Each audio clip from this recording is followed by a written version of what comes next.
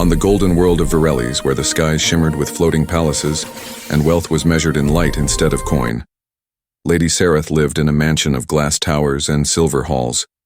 But her heart was a quiet and lonely place for her. Only daughter Lyrie had been paralyzed since the crash of their family flyer. 5 years ago, the finest doctors from every house had tried to heal her, and each had failed, leaving the girl in a chair that hummed softly to move, and eyes that always turned toward the windows where children ran below. Sareth told herself that she had accepted fate. She had the best machines and the best care, and yet every morning she felt the same hollow ache when she saw her daughter sitting silent by the window of the East Hall. That morning began like all the others. Sunlight flowed through crystal curtains.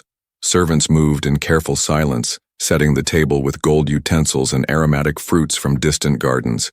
Lady Sareth sat straight as a blade, reading the news feeds that praised her company's profits and her standing among the council of elites. She barely looked up when the servant brought her daughter to the table, the chair gliding smoothly, Lyrie's small hands resting on, her lap, eyes bright, but tired. One more day. Sareth thought, one more day pretending everything was normal. But then the news feed flickered and a strange segment appeared. It showed a human doctor from Earth speaking to a crowd of alien families. In a small dusty ward, she was saying that humans had built a living nerve mesh that could awaken silent limbs. The video showed a child moving shaky legs for the first time in years. Sareth frowned the crowd around her, whispered humans were tinkerers, of crude machines, not healers worth trust. She waved the feed away and told the servant to change the channel. But Lyrie spoke, her voice soft but clear.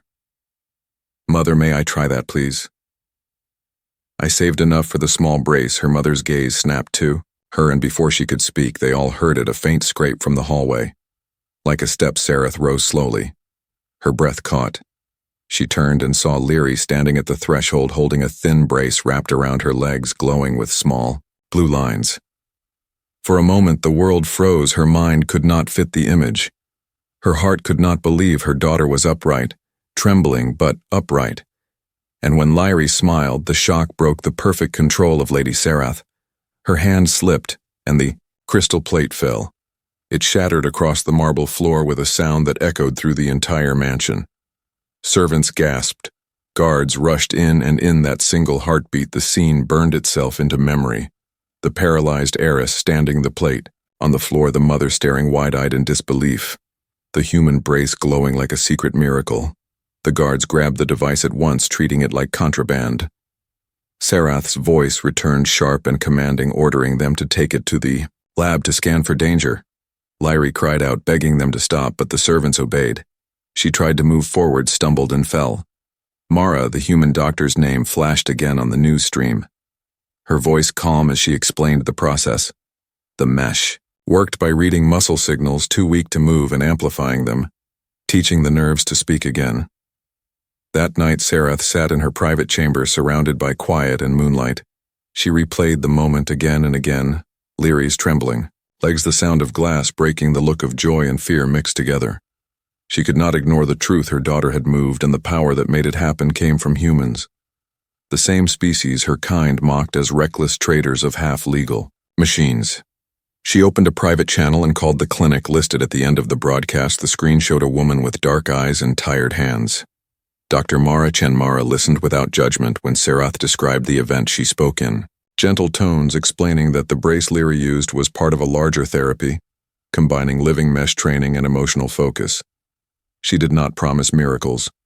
She promised work, effort, and patience. She said healing required trust between healer and patient, and between hearts that dared to hope again. Sareth hesitated, pride, fighting with desperation. She could afford every cure in the galaxy, except this one simple thing, faith. She finally said, "Come to Paralyzed, no public announcement I want. This done quietly. If you fail, no one must know. If you succeed, no one must know either." Mara agreed, not because she feared exposure, but because she understood the fragile walls around a mother's heart. When dawn came, shuttles lined the private landing pads. The human team arrived, humble machines gleaming faintly under the rich world sun. The guards scanned them with suspicion and escorted them through mirrored corridors until they reached Lyrie's chamber. The girl's face lit up. When she saw them, her mother stood behind like a statue, afraid to hope, afraid to break again. Mara bowed respectfully and said, "We are here to help her walk, and to teach you both that walking is more than moving legs. It is choosing to move forward." Sarath did not answer.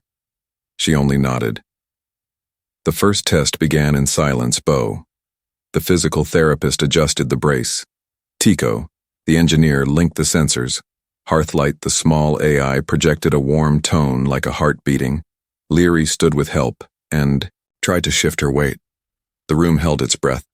The first step failed. The second failed, but the third made the brace hum and her foot slid half an inch forward. It was not a walk, but it was a beginning. Mara smiled. Bo clapped softly, and Tico whispered, "See, it begins here." Sarath looked away so no one would see her tears fall. That night, after everyone left, she went to her daughter's room. Leary slept smiling in her dreams. The brace folded beside her. Sarath touched the brace gently, felt alive, humming with faint warmth. She whispered, "Do not fail her, please, to no one in particular." And then she walked to the window and looked out at the vast glowing city she had ruled all her life. A city built on perfection and fear. And for the first time in many years, she felt small but also alive because something had changed. The sound of that plate breaking was still in her ears, and it no longer meant loss. It meant the beginning of something that might heal not only her daughter, but maybe her own soul and the long pride of her world.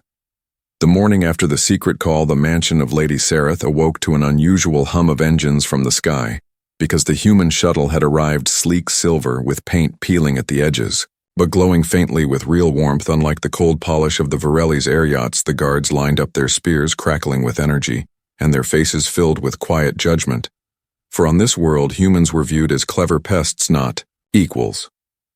But the moment the ramp lowered, a breeze of courage came through Dr. Mara.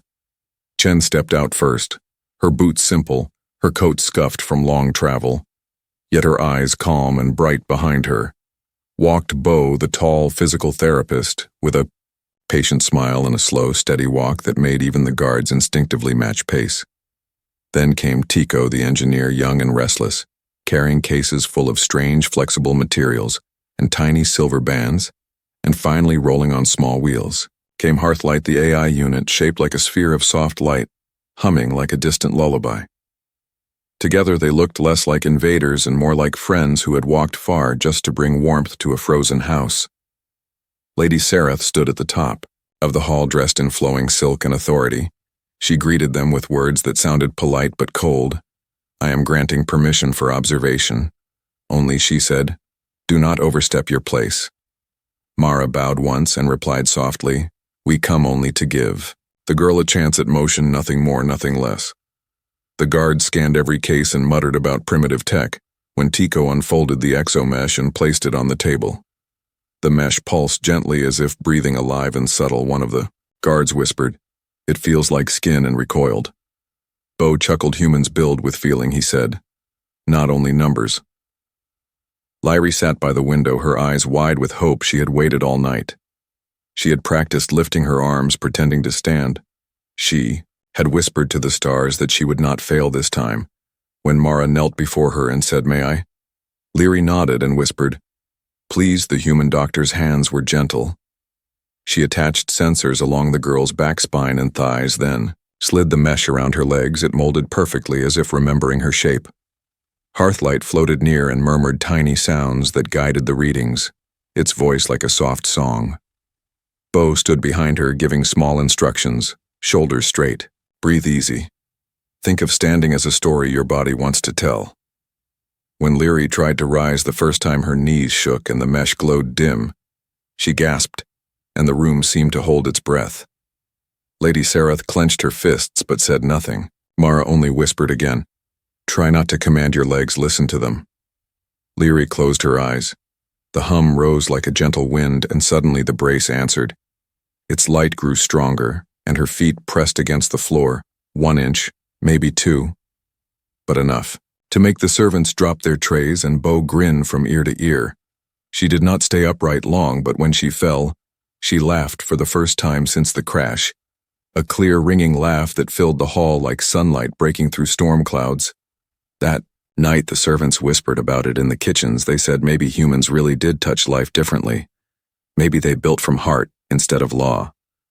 The news somehow reached the lower wards of the city, and by morning there were strangers, waiting by the gates hoping to see the human miracle themselves. The household minister of image came running furious, saying this must be stopped at once. If word spreads, the family will lose its prestige.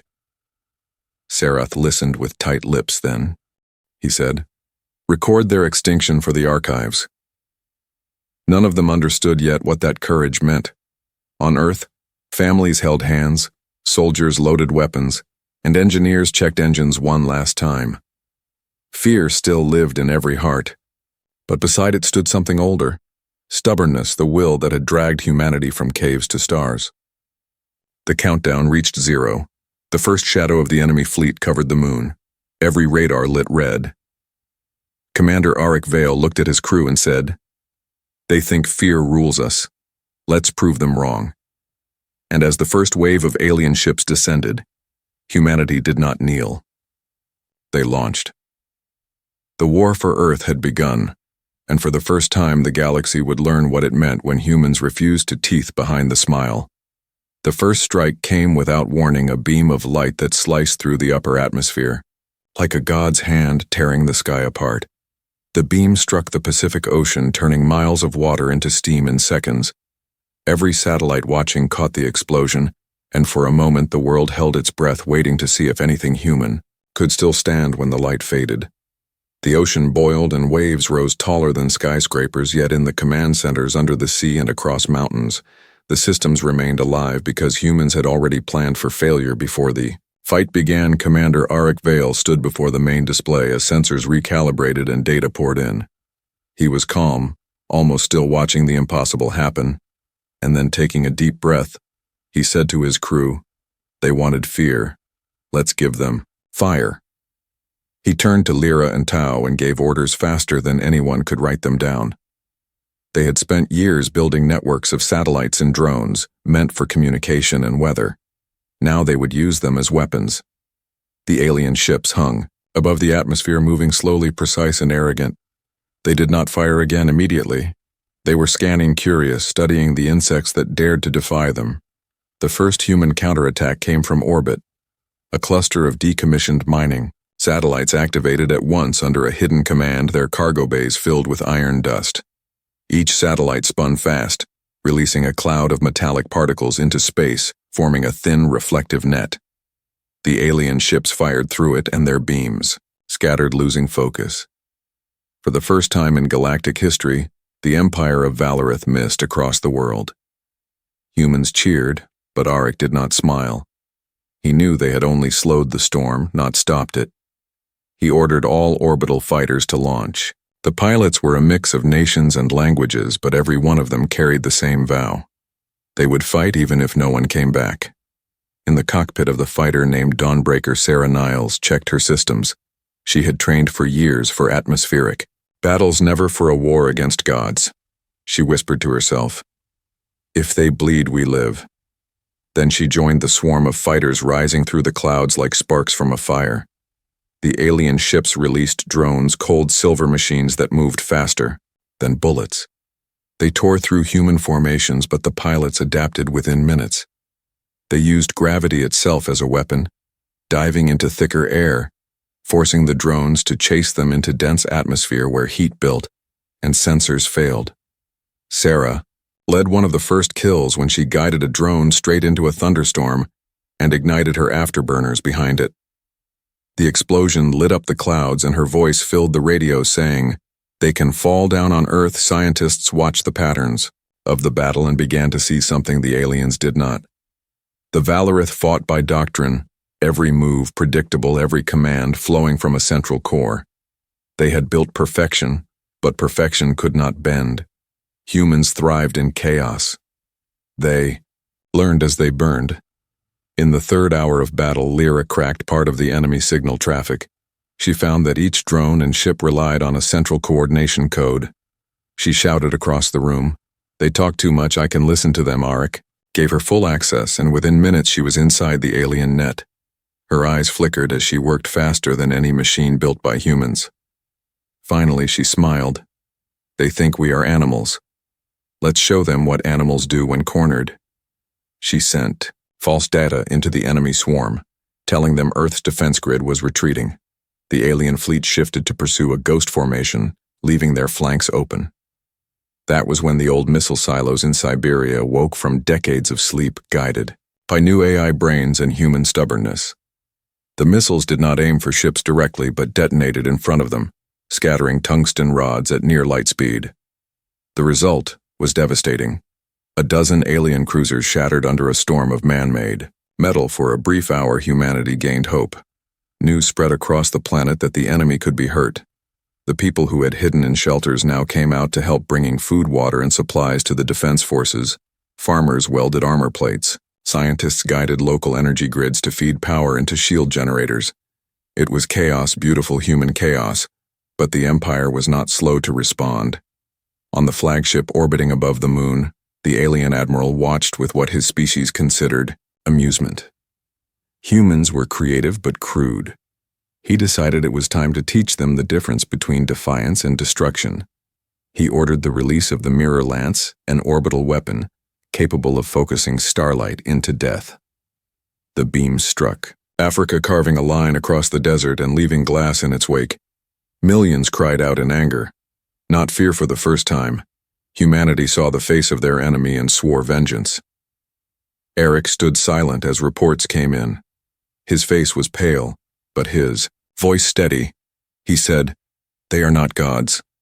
They are murderers, and murderers can die." Then he turned to Tao, who had been silent most of the battle. The physicist looked up and said, "Commander, if they want to burn us with light, we give them darkness." He proposed using the planet's magnetosphere as a shield, amplifying it through old power grids and orbital stations. It was risky, but humanity had nothing left to lose. Within hours, Project Beacon and thousands of volunteers across the world worked to overload the magnetic field. Artificial storms filled the skies, satellites redirected lightning into orbit, and for the first time in known history, Earth's own shield became a weapon. The next time the Mirror Lance fired its beam, bent, scattered, and vanished into a storm of charged particles. The alien admiral watched his weapon fail, and for the first time in his long life, he felt something his kind called doubt. He saw that humans fought not for territory or pride, but for each other, and that made them unpredictable. As the first night of the war ended, the stars above Earth burned with strange colors, ships falling, both human and alien. The oceans steamed, the air trembled, but Earth still stood. Arik walked through the command center, exhausted but alive. He looked at his people and said, "We made them bleed. Remember this day." And somewhere above the clouds, Sarah Niles drifted in her damaged fighter, watching debris rain like stars. She whispered into her radio, "They think they own the sky. Not anymore." The world heard her voice and knew the fight had only just begun, but fear had finally left the human heart. Fires in the night sky. The second day of the war began, not with sunrise, but with fire. The alien fleet filled the heavens, in patterns that no human eye had ever seen. Each ship moved in perfect harmony like a school of deadly fish, their trails glowing faintly as they shifted orbit. Their beauty was terrifying. Yet down below on the burning planet, humans were learning, faster than the invaders imagined, and that was what would change everything. In a bunker beneath the remains of New Berlin, Commander Arik Vale stood beside maps alive with red and green lights. Each light was a battle, each flicker a life. Thousands of humans had already died. Yet Earth refused to break. Reports came in from every continent, small groups of civilians turning wreckage into weapons miners, using drills as artillery, fishermen, using their boats to drag crashed drones out of the sea. Humanity was inventing war again in the old way, with anger and love. Lyra Dane had not slept in 2 days. Her fingers flew across the console, intercepting alien transmissions, faster than even the machines could decode them. She whispered, "They do not hide their arrogance. They broadcast everything, believing we cannot keep up." She rerouted signals through a dozen dead satellites, bouncing them until she found a fragment of conversation between alien commanders. They were arguing, The humans are not behaving as predicted. They fight without coordination, yet they adapt faster than we can react. That single line spread through Project Beacon like a spark. The Empire had finally met confusion, and confusion was something humans mastered, outside. The bunker, Sarah Niles led what remained of her fighter squadron through the upper atmosphere. The sky above them burned orange and violet where debris fell like meteors. Every pilot flew in silence, their radios dead to avoid detection. Their mission was simple and suicidal: strike the main Valorith relay ship that controlled the fleet's drone coordination. Sarah could see it ahead, a massive black diamond hanging above the clouds. She whispered to herself, "We killed gods yesterday. Now let's kill their king." They attacked from the shadow of Earth, launching all remaining missiles in one synchronized burst. The alien ship turned its shields to intercept, but one missile broke through, hitting the relay's surface and tearing open its hull. A pulse of blue light exploded outward. Drones across the planet staggered and fell like swarms of insects losing their queen. The human pilots cheered, but their joy lasted seconds as new signals emerged from the alien fleet backups already active. The relay was crippled but not destroyed. Sarah's fighter was hit by debris. Her systems saw her daughter walking against the odds with humans who did not care for her wealth but only for her courage. The week ended with a small victory for Lyrie. She had moved along the entire practice rail twice under her own power, and Bo clapped quietly. Mara's voice was soft but filled with pride. "Well done." Little one Hearthlight hummed, and Tico adjusted the mesh to record the moment forever. Serath stood at the edge of the hall and allowed herself to smile. Her daughter was not just walking. She was teaching the family and the household that hope could not be legislated, that courage could not be measured in law, and that humans carried a spark that could ignite even the coldest of golden halls. The evening settled over the mansion of Lady Serath with a heavy quiet that felt different from usual. The sun had dipped behind the distant towers, casting long golden shadows across the gardens, and the training room where Lyrie practiced her steps hummed faintly with the glow of the human mesh. The servants had begun to leave the halls for dinner, but the air carried a tension that made even the guards pause. Mara Chen and her team moved through the corridors, checking sensors, adjusting braces, and humming encouragement to the girl who had begun to walk with more confidence every day. Bo reminded her gently, "Lift your foot. Feel the floor beneath you. Breathe as if the stars were guiding your steps." Tico adjusted a small cable that had frayed slightly, the mesh pulsing to match Lyrie's nerve signals. Hearthlight floated near, projecting a soft rhythm like a heartbeat, and Serath watched from the doorway hidden in shadow. Her own heart beating faster than she wanted to admit. She had learned to trust the humans, but still a mother's fear was hard to silence. Suddenly the lights flickered, a strange surge ran through the walls, and the mansion plunged into darkness. The emergency circuits failed, leaving the halls silent and cold. The guards called out asking what had happened, and the servants froze in fear. Whispers spread like fire. Someone said the council had sent saboteurs to stop the human work. Another swore it was a technical glitch. Mara's mind raced. She knew the mesh would not function without electricity, and if Lyrie fell in the dark, she could hurt herself, undoing weeks of progress. She took a deep breath and said, "We adapt. We will not let darkness stop us." Bo nodded and whispered that they could do manual training with old methods. Tico moved quickly to gather what scraps and old wiring he could find, while Hearthlight projected a tiny battery-powered pulse to guide Lyrie's movements in the absence of the main system. Serath's guards wanted to stop everything. They argued the girl should remain seated in the chair until power returned. But Serath saw the determination in her daughter's eyes, and she said, "No, we continue. We cannot abandon hope now." The girl's small hand gripped the rail. Mara whispered step by step, "We go slowly." Lyrie nodded and lifted one trembling foot. The pulse from Hearthlight guided her as if the stars themselves had reached into the room. She took another step, and the guards held their breath. She took a third step, then a fourth, her legs shaking but holding her weight, and each motion carried the echo of courage. The servants began to gather quietly around the rail, watching in awe as the girl who had been silent for years moved forward, guided by human skill and determination. Boo supported her shoulders lightly, whispering adjustments to her posture. Tico had rigged a foot trigger with scrap and rope that sent a soft signal to the mesh, so Leary could feel the rhythm again. Hearthlight hummed continuously, creating a pattern that her muscles recognized slowly and carefully. She reached the center of the rail, then continued to the other end, her eyes wide with focus and excitement, and when she stumbled slightly, she laughed and straightened herself up. Mara's voice was calm yet filled with pride. "Very good, keep going." Each step became a declaration of her strength, and Sarath felt a warmth she had not known for years as she saw her daughter moving without the full aid of machines, guided only by the dedication of the humans who had come across galaxies to help. Outside the training room, the council inspectors banged on doors, demanding to know why the lights were out and insisting that the work be stopped immediately. But Sarath blocked them, saying, "This is a matter of life and courage, and no one will interfere." Mara whispered to her team, "Do not let fear dictate the steps." Bo guided Leary along the rail again and again, adjusting hands, posture, and rhythm, until the girl could walk 10 steps with only a brief pause for balance. Tico adjusted small sensors on the fly to compensate for the missing power, and Hearthlight hummed a melody of triumph. The servants who had once feared human technology began to clap softly, encouraging Larry's steps, and even the guards allowed themselves to hum the rhythm alongside her, until the sound of life filled the dark corridors. As the night progressed, Leary learned to step in time with her own body instead of relying on the mesh entirely.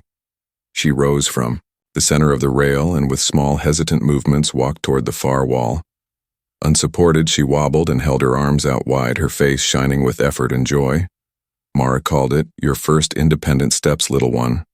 And Leary's eyes sparkled with pride. Sarath, standing behind the glass, felt tears warm her cheeks. She had watched her daughter struggle and she had doubted herself and the humans. But now she realized that hope was stronger than fear and courage could shine even in darkness. The emergency lights finally flickered on, revealing the room filled with humans and servants, all watching the girl who had once been paralyzed walk across the hall unsupported. Each step was a testament, not just to the training, but to the will that Mara and her team had nurtured and to the bond forming between alien mother and human healer. Sarath stepped forward and finally spoke aloud. Congratulations and pride mingled in her voice. And Larry turned to her mother and smiled, a small shining smile that carried more power than any speech or report she had ever heard. Mara whispered softly to Bo and Tico. She did it, and they all felt the quiet magic of the moment. By midnight, the mansion had changed a little. The warmth of courage and determination lingered in the air. The guards walked a little straighter. The servants whispered in hope instead of fear, and Sarath herself felt her chest lift in a way that only comes when one has witnessed a miracle born of love, effort, and trust. She returned to Leary and knelt beside her, brushing a strand of hair from her face, and whispered, "It is all right, you are safe. You are walking." And the girl leaned against her mother's shoulder and whispered, "Yes." And for the first time in years, they shared a moment of complete joy together while Mara and her team packed their tools quietly, and Hearthlight hummed a soft melody to celebrate the triumph of movement over darkness. And the mansion, once cold and rigid, had become a place alive with hope and the sound of small but unstoppable victories. The morning after Larry had walked across the training hall without full support, the mansion of Lady Sarath was alive with whispers and quiet. Celebration servants moved more freely, carrying trays and tools, while guards who had once been stiff with suspicion now walked with a careful ease, as if even their steps had learned something new. The human team worked quietly among them. Mara checked sensors and recalibrated the mesh. Bo guided Leary through gentle exercises, while Tico adjusted tiny feedback units to match the child's nerve signals. Hearthlight hovered like a soft, glowing companion, projecting patterns of rhythm and light that flowed across the floors and walls as if painting a story of courage and motion. Word of Leary's progress had already leaked beyond the mansion in small channels. First whispers, then images, slowly spreading across social networks and private feeds. The Council of Paralyzed was furious, their authority undermined and their judgment questioned. They sent letters of complaint and emissaries demanding the humans be removed and the devices confiscated. Yet the people across districts began to share clips of Leary taking steps and laughing, and the messages carried hope like a spark to dry grass. Small worlds who had lost children to injuries or illness began to whisper of a human miracle, a power they had never trusted before, but now had to consider seriously. The rival mother who had tried to convince Serath to abandon the humans now gathered allies and sent public statements claiming the mesh was dangerous, that humans were charlatans who exploited alien families, and that Lyrie herself had been coerced to perform steps she could not control. Yet Mara had anticipated such attacks. She published full records of every adjustment, every training log, every consent form signed by Serath and by Lyrie herself, and the public began to see the story in truth, not through the eyes of fear or jealousy. Bo guided Lyrie to demonstrate the mesh for a small gathering of officials, and the child walked slowly from one end of the hall to the other. Her face radiant with joy and pride, Tico filmed the session with care, and Hearthlight recorded the nerve patterns to prove the authenticity of every step. The mansion, once quiet and rigid, began to buzz with small energy. Servants shared whispered stories about courage and determination. Guards began to teach small children in secret how to follow rhythm with their feet, while waiting at posts. Even Serath herself walked differently now, her steps lighter and her shoulders less tense. She began to see that the humans had brought more than machines. They had brought a way of seeing strength that did not rely on fear or rigid rules. It was a method of persistence, a belief in the power of effort and love. Mara quietly spoke to Serath, saying, "This is what humans do. They turn the impossible into the everyday with patience and heart." Serath nodded, but still felt fear. The council's influence was vast, and their wrath could still undo everything. By midweek, a small ship arrived from human fringe settlements, bringing tools and materials for the mesh-printed parts and soft metals crafted with messages of encouragement from families who had seen the story spread across systems. Bo carefully inspected the materials, and Tico integrated them into the existing setup, improving flexibility and sensitivity. Hearthlight hummed a welcoming song, and Lyrie laughed as she felt the new parts respond more naturally to her legs each day. She grew more confident each day, her steps longer and steadier, and the mansion filled with the sound of movement, as if the floors themselves celebrated her courage. Parents began arriving from distant districts, bringing children who had lost hope. They stood quietly in corridors, waiting for a chance to learn from Mara, and her team, the humans, welcomed them with warmth, not pity, showing each child the mesh and the exercises with care and patience. Lyrie watched from the rail, smiling shyly when new children learned their first step or held balance for a second longer. Bo taught them to laugh at missteps. Mara explained the importance of trying again, and Tico adjusted sensors individually for each child. Hearthlight hummed a small melody for every achievement, keeping a record that could be shared safely across the galaxy. The rival faction tried to spread fear and misinformation, claiming humans stole data and exploited alien children. Yet Mara countered with transparency, each record public, each step documented with consent and care. Parents began to trust the humans more than the officials. Their confidence, spreading like a tide across districts, small worlds began offering support to send tools or trained aides to the mansion. The council found itself outmaneuvered by the simple power of honesty, courage, and consistent effort. Serath herself spoke to the public for the first time, explaining how humans taught her daughter to trust herself, and how small steps could become great victories. Her words carried weight, because they were true, and because she had once doubted herself. Lyrie now walked across the training room with small confident steps, sometimes assisted by the mesh, sometimes guided only by rhythm and voice. Each session became a performance of patience, courage, and joy. The servants who had once feared the process now cheered softly along with the guards. The mansion itself felt alive, and the air carried a new warmth. Serath watched her daughter and realized that her pride had shifted into something greater. She no longer feared what others thought. She only wanted her daughter to succeed, and Mara's team had made her understand that success was measured not by power or status, but by the courage to keep moving forward, even when the world seemed against you. By the end of the week, Lyrie had taken 20 independent steps and laughed with a freedom she had not known in years. The clips and streams of her progress had gone viral across systems, small colonies raising funds and sending supplies, parents writing letters of gratitude to Mara and her Team children practicing the exercises at home inspired by the story. The mansion had become a beacon, a quiet proof that humans carried more than technology. They carried patience, courage, and hope. Sarath walked beside her daughter on the rail for a moment, letting her small hand guide her. She whispered softly, "Do not stop." And Lyrie smiled with the knowledge that she would not stop. Hearthlight recorded the final moments of the day, sending soft pulses through the halls, guiding every step with gentle light and song. Mara looked on at the gathered children, the parents, the servants, and the guards, and whispered to Bo and Tico. They understand now. They see it is not magic. It is hard effort and trust. Bo nodded. Tico smiled, and even Sarath allowed herself to stand taller for the first time in years because she understood that hope had multiplied beyond her mansion, beyond her world, and into the hands of countless others who would now learn to move forward. The evening closed with laughter and music from Hearthlight and Lyrie walking unaided across the hall, and the story of her courage began to echo across the stars. The dawn on Paralyzed broke with a strange tension in the air, the sun casting long golden rays across the mansion and the gardens, while the training room hummed with the quiet energy of progress and determination.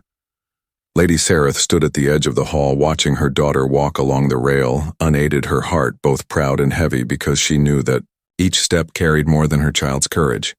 It carried the weight of defiance against the council, against tradition, and against a galaxy that had doubted humans. Mara Chen adjusted sensors and watched quietly. Bo guided Lyrie through gentle exercises, reminding her to feel the floor beneath her, and Tico recalibrated circuits and cables, ensuring that every pulse of the mesh was precise.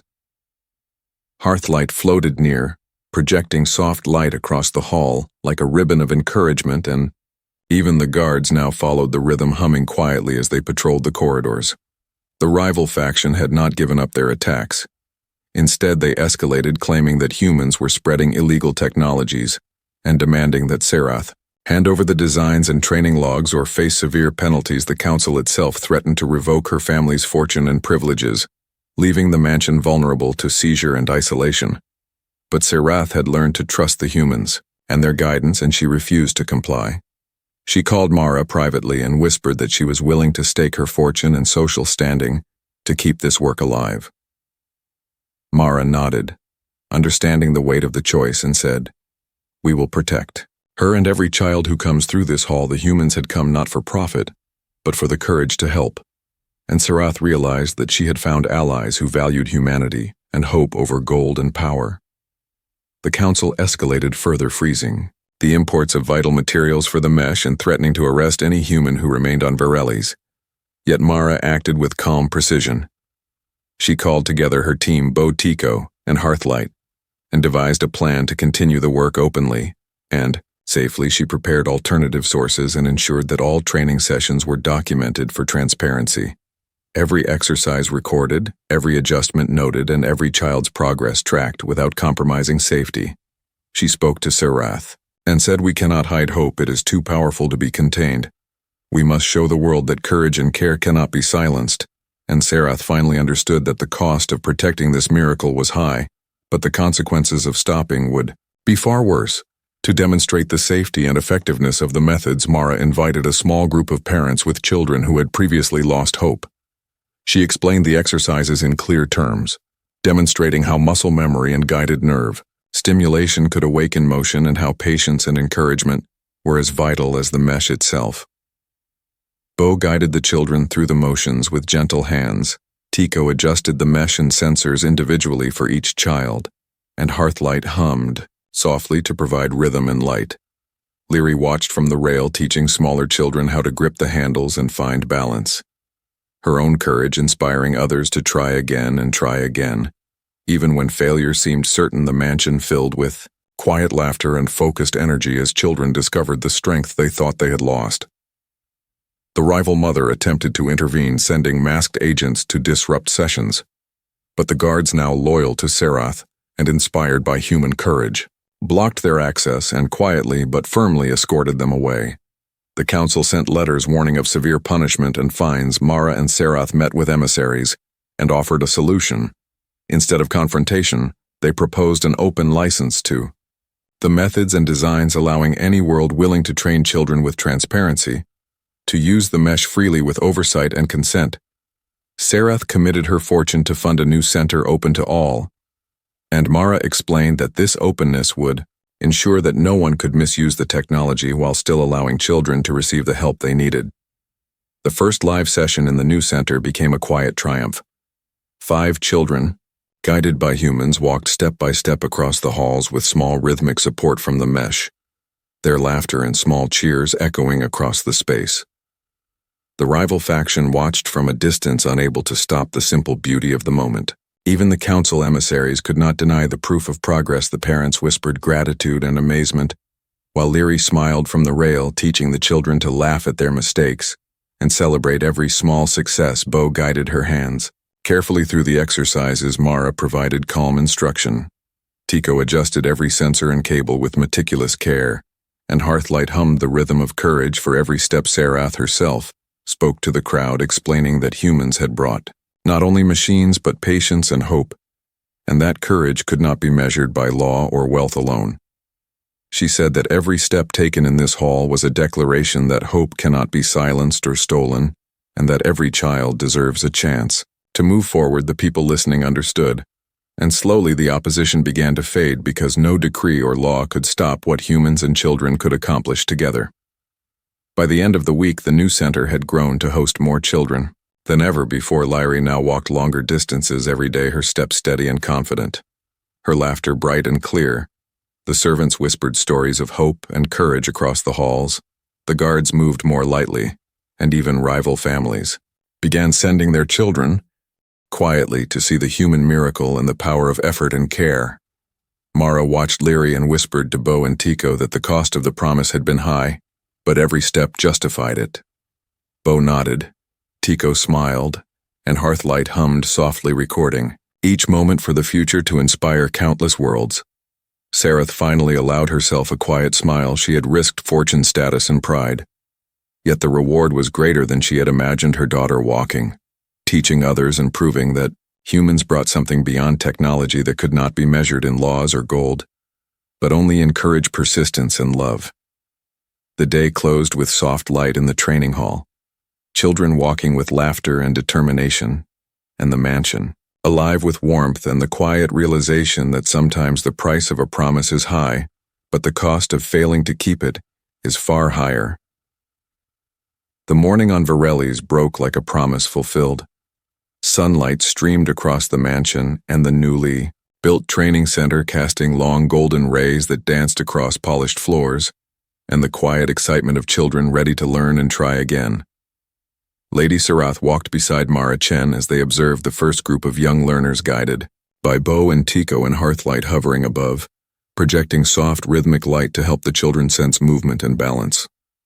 Leary walked ahead of them confidently, her steps steady and sure, her laughter carrying across the halls, a sound that had once been impossible now filling the mansion with warmth and joy. Sarath's heart swelled because she saw not just her daughter walking, but a chain of courage spreading from one child to another across generations and species. The rival faction had watched from the shadows for weeks, expecting to find fault or failure. Yet as the children moved, guided by humans and encouraged by their own determination, they could see no weakness, only joy and learning. The council emissaries arrived cautiously to observe for themselves, their pride slowly yielding as each child took step after step. The mesh responded perfectly. Every adjustment transparent, every process safe and consented, and the simple power of demonstration silenced critics. The parents whispered gratitude and amazement at how humans had come to their world not to conquer, but to teach and heal. And even the rival mother, who had once scorned Sarath for trusting foreigners, stepped forward with her own child and asked for guidance.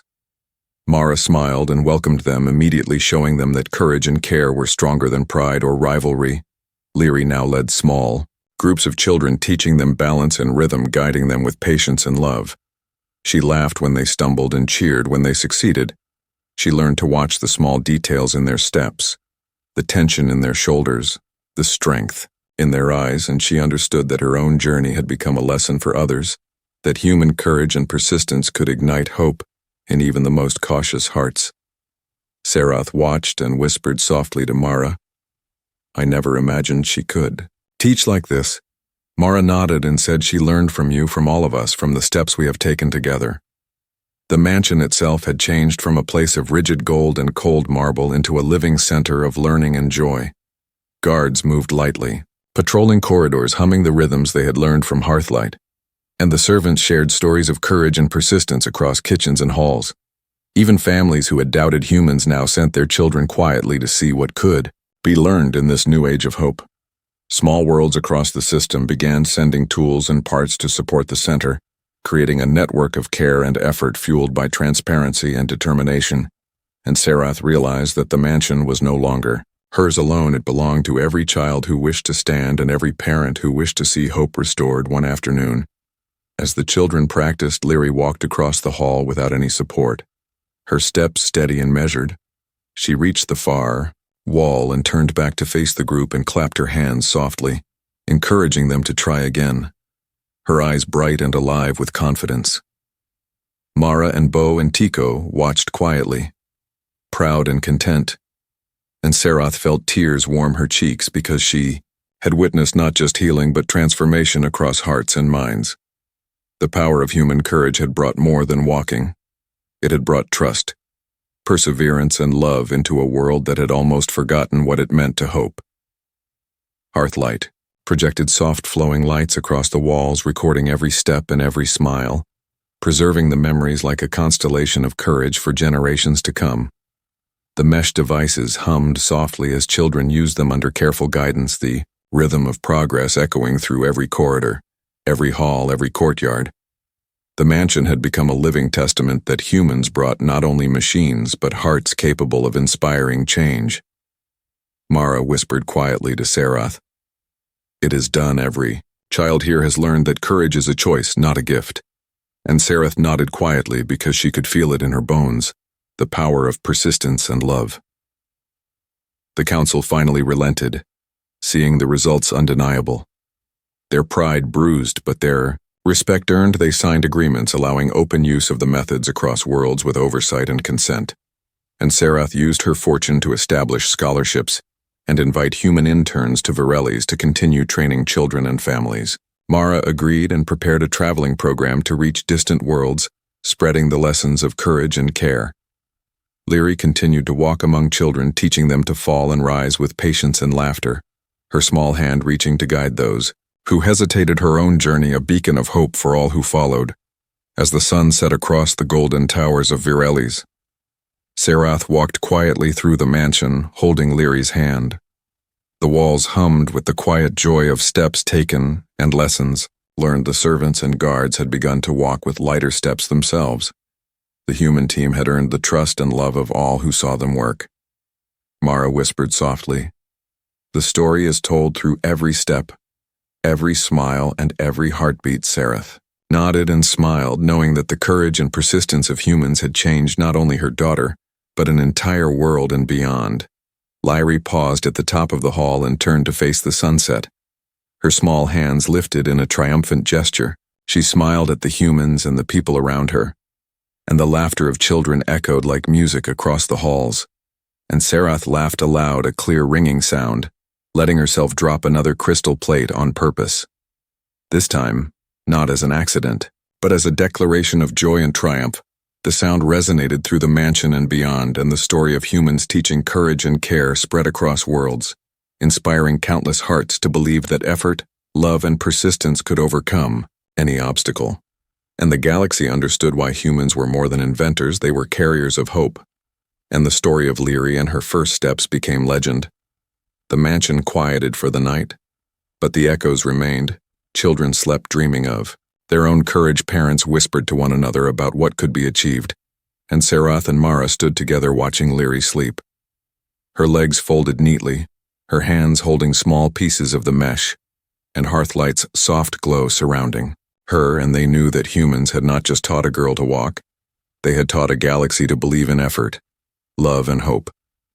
And the story ended with the light of a new day rising across Varelli's, a world changed forever, and the first chapter of countless others written by the hearts of humans and the courage of those they had touched.